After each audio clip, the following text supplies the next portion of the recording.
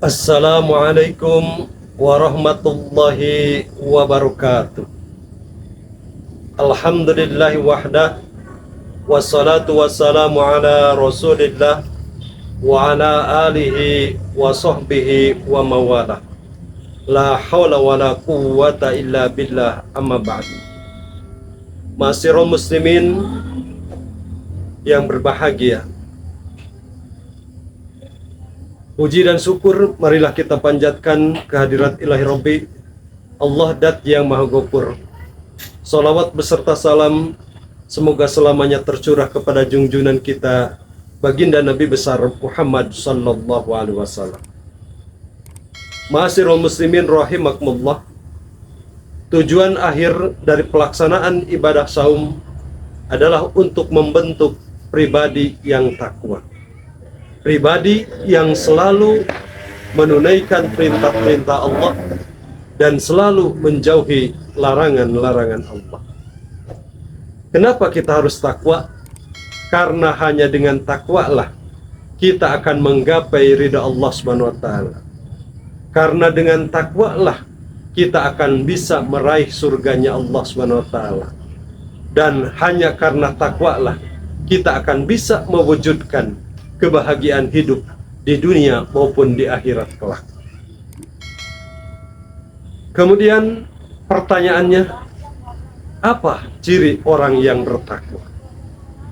Menurut Ali bin Abi Thalib karamallahu wajhah, ada 4 ciri orang yang bertakwa.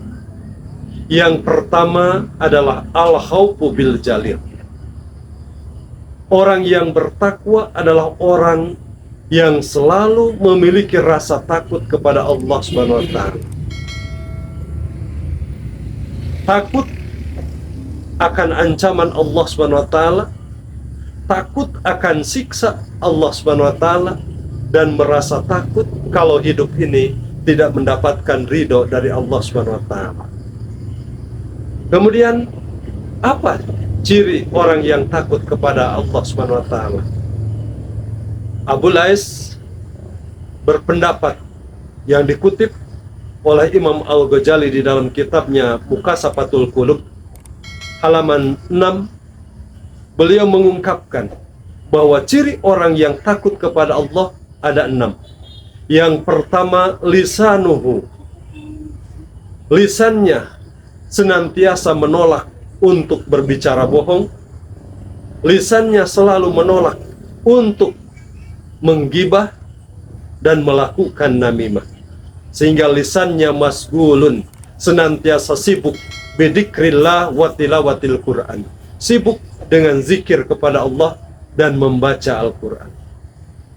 Kemudian yang kedua ciri orang yang takut kepada Allah, menurut Abu Lais As-Samarqandi, yang kedua wa qalbuhu, hatinya senantiasa tertaut kepada Allah, hatinya senantiasa dijaga dari penyakit-penyakit hati, dari sifat iri dan dengki, hasud, serta sifat ria dan lain sebagainya. Kemudian yang ketiga ciri orang yang takwa, ainuhu, matanya senantiasa dilihatkan untuk hal-hal yang baik, dijaga untuk hal-hal yang baik. Kemudian yang keempat, yaduhu, tangannya senantiasa berbuat kebaikan. Dan yang kelima, batnuhu, perutnya senantiasa dijaga dari hal-hal yang haram. Kemudian yang keenam, ciri orang yang takut kepada Allah, menurut Abu Lais, warijluhu, kakinya senantiasa dilangkahkan kepada tempat-tempat yang baik. Itulah ciri orang yang takut kepada Allah. Kemudian yang kedua, ciri orang yang takwa menurut Ali bin Abi Thalib adalah wal amalu bitanzil. Orang yang selalu mengerjakan, mengamalkan apa yang Allah perintahkan di dalam Al-Quran dan apa yang Allah senantiasa menjauhi apa yang Allah larang di dalam Al-Quran.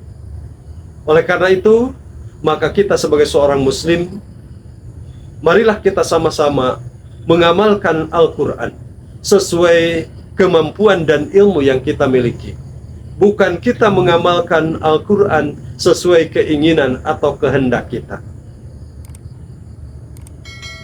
Karena kalau kita mengamalkan Al-Quran sesuai kehendak, maka kita akan celaka. Salah satu contoh, di bulan Ramadan ini kita berdasarkan kemampuan dan berdasarkan ilmu ternyata mampu melaksanakan saum 30 hari. Nah, kenapa?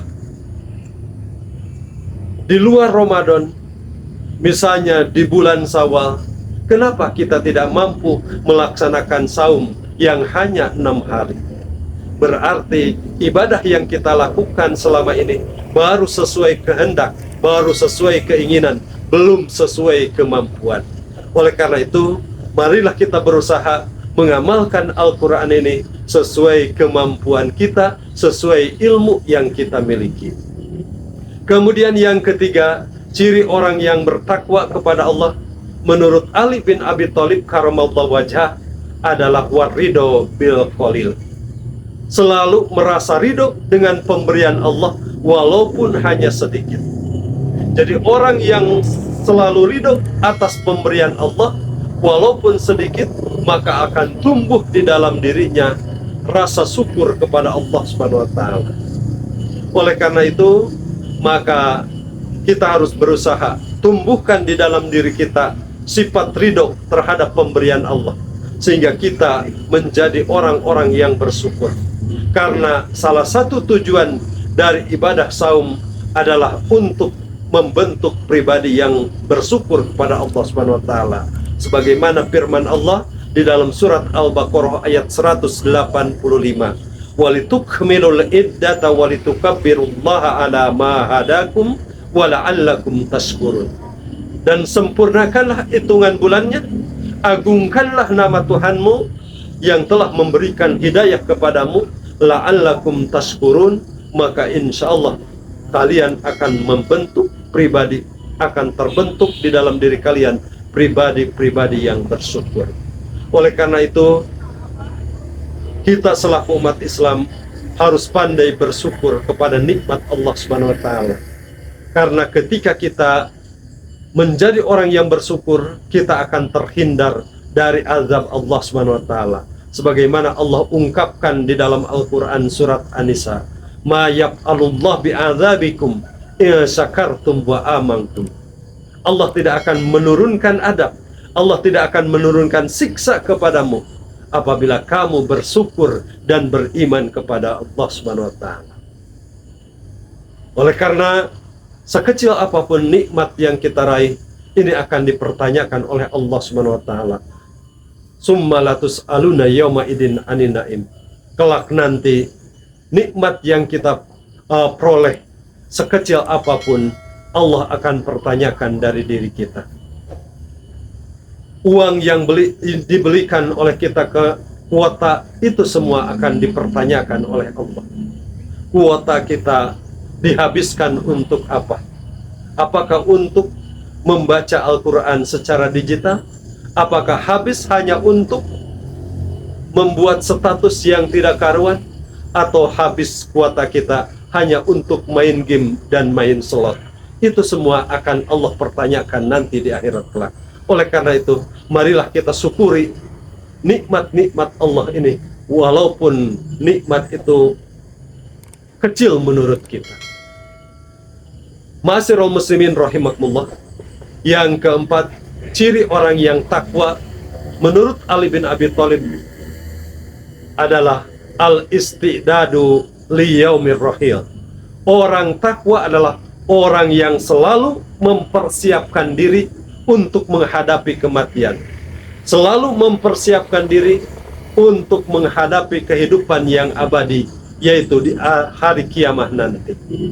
Oleh karena itu, mumpung kita diberikan usia oleh Allah Subhanahu wa taala, mumpung kita diberikan kesehatan, mumpung kita diberikan kesempatan oleh Allah Subhanahu wa taala, maka marilah kesempatan ini, usia ini kesehatan ini manfaatkan di jalan yang diridhoi oleh Allah untuk melakukan amal-amal soleh.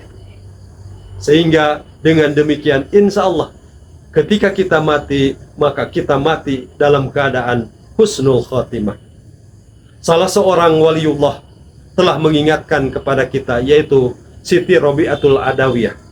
Beliau berkata, tajawud minat taqwa fa innaka la tadri idza jana al-laila hal ta'isu ilal fajri wa kam man mata bi ghairi illatin wa kam min alilin asa hina minad dahri. Kata Robi'atul Adawiyah, tajawud minat taqwa, berbekalah kalian dengan takwa.